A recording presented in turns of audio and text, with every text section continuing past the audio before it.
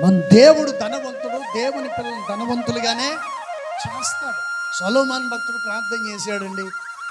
సొలొమోను రాజు గారు ప్రార్థన చేశాడు. ఏమని ప్రార్థన చేశాడు?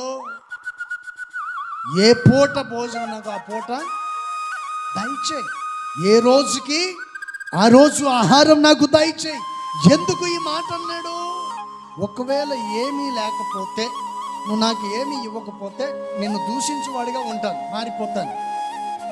సమృద్ధి కలిగి ఉన్నాను అనుకోండి, ఇంకా నాకు ఎవరు, నా కంటికి ఎవరో కనపడరు.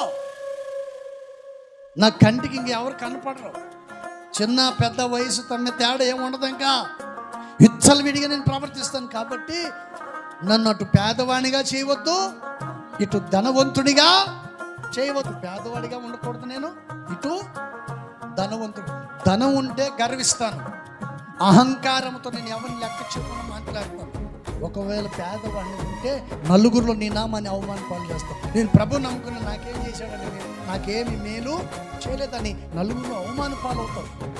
కాబట్టి ఇటు పేదవాడిగా ఉండకూడదు, ఇటు కోటీసునిగా ఉండకూడదు. ఏ పూటకి ఆ పూట నాకు ఆహారం ఇస్తే చాలు. Praise the lord.